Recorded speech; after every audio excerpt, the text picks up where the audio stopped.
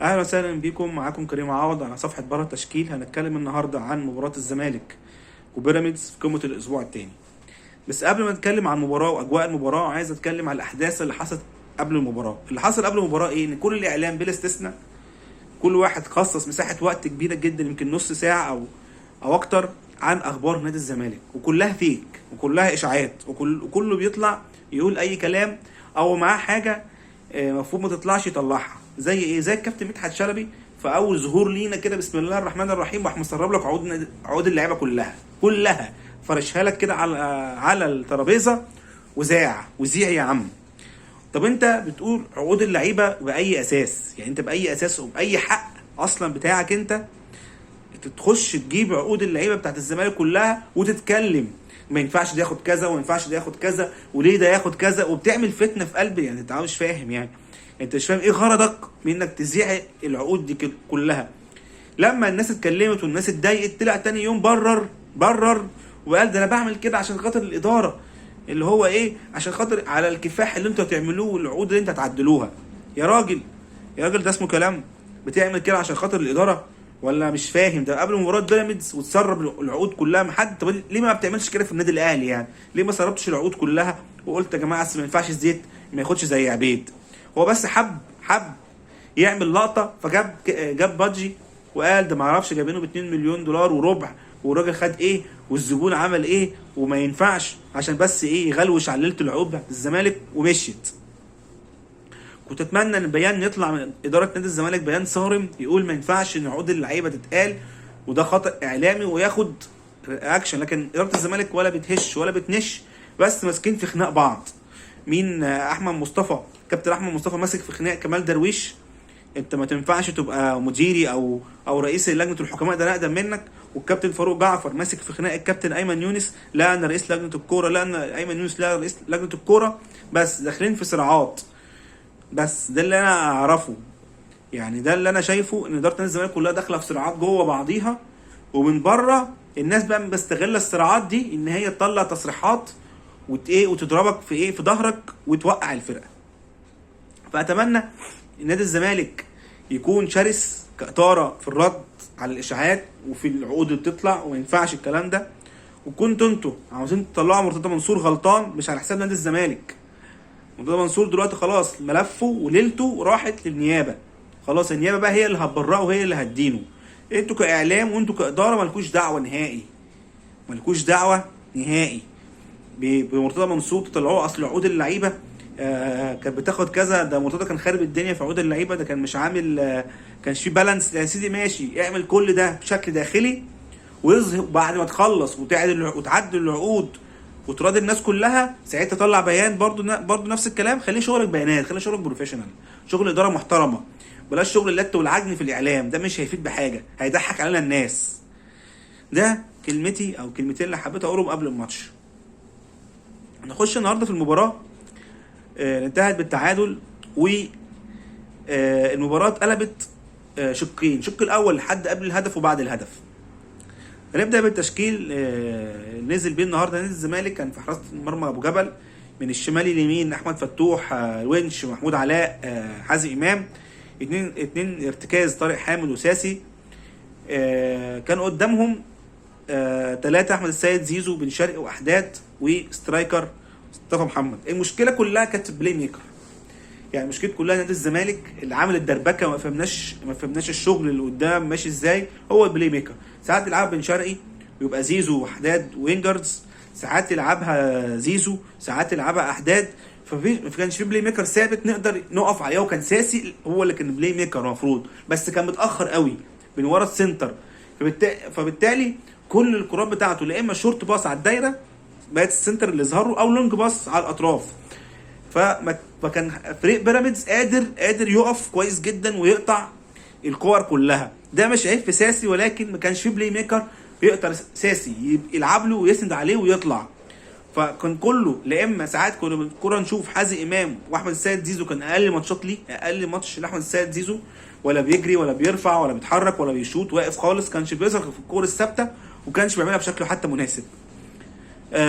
زي ما قلنا كنا ساعات نلاقي ناحيه اليمين في حازم امام واحمد السيد زيزو، ساعات بن شرقي جبهه بتقف خالص، يعني 3 على الخط كتير، وناحيه الشمال تبقى فاضيه نهائي، او نلاقي ناحيه الشمال فيها احداد وبن شرقي وفتوح، وفي خط والحته اللي هي بتاعت البلاي ميكر فاضيه اللي هي تحت مصطفى محمد. فبالتالي الكره الثانيه احنا كنا مفتقدينها بشكل كبير جدا.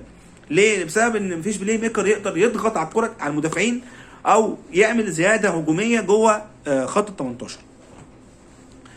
وده اللي فضل نادي الزمالك يبحث عنه لحد الدقيقه 67. مع بدايه الشوط الثاني بيراميدز نفس الحال، جاب جون لاحمد الشيخ، جون تقريبا غلطه التغطيه العكسيه، غلطه برضو حازم امام بعيد جدا جدا عن مستواه.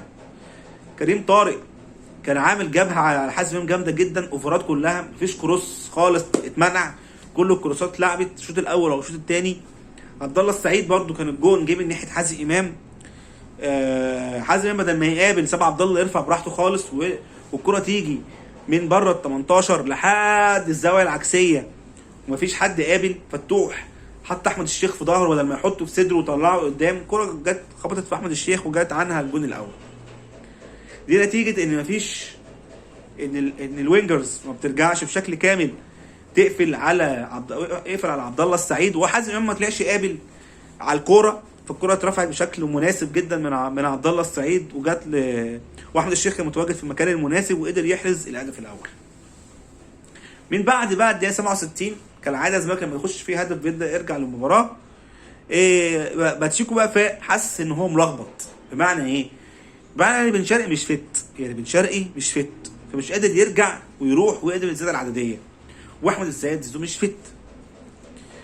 فالمسانده الدفاعيه والمسانده الهجوميه مش جايه بنسبه 100%.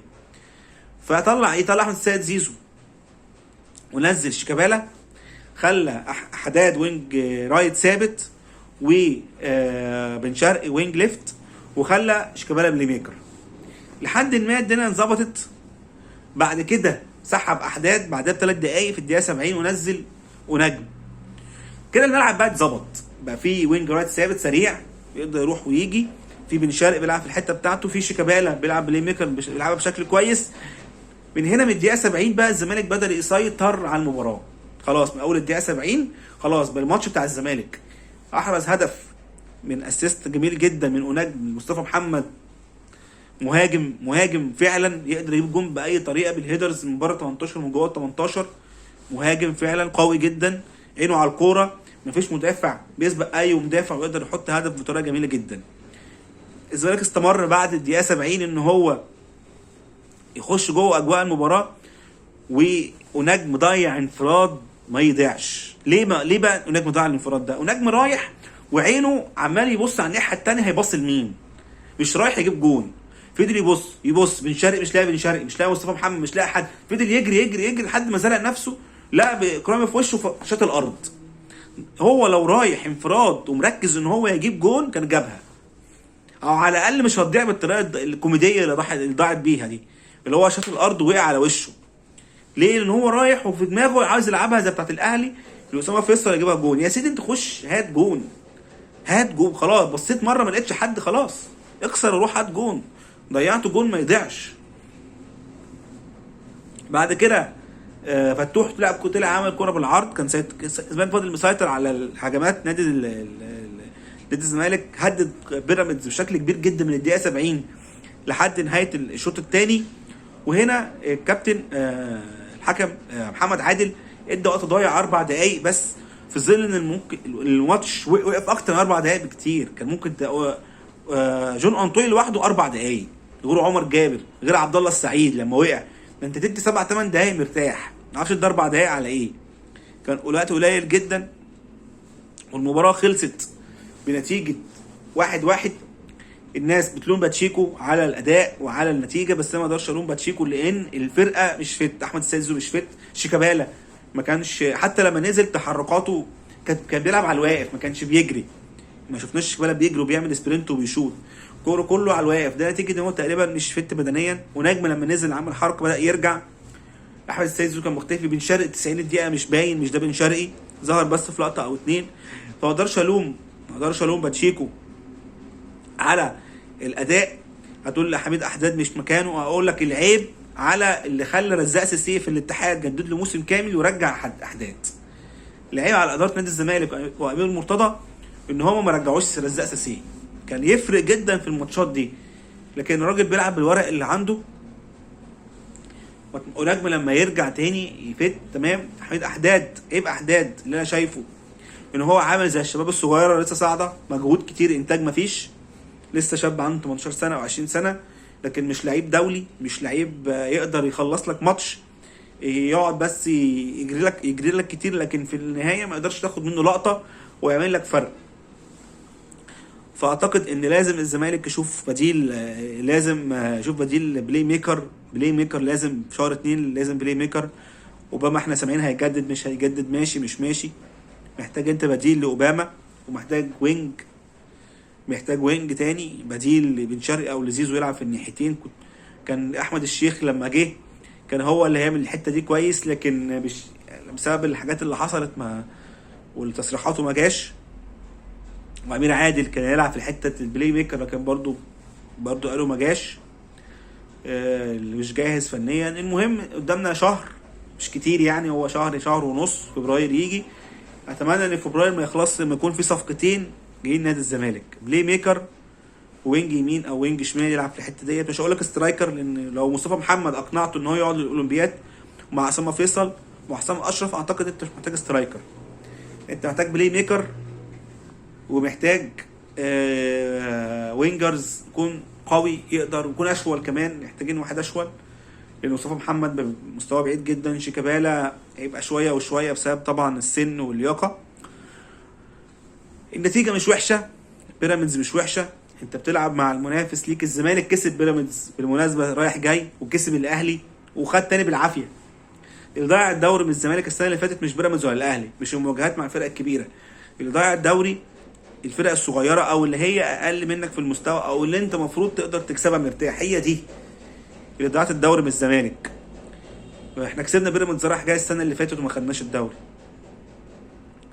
تمام. وكسبنا الاهلي.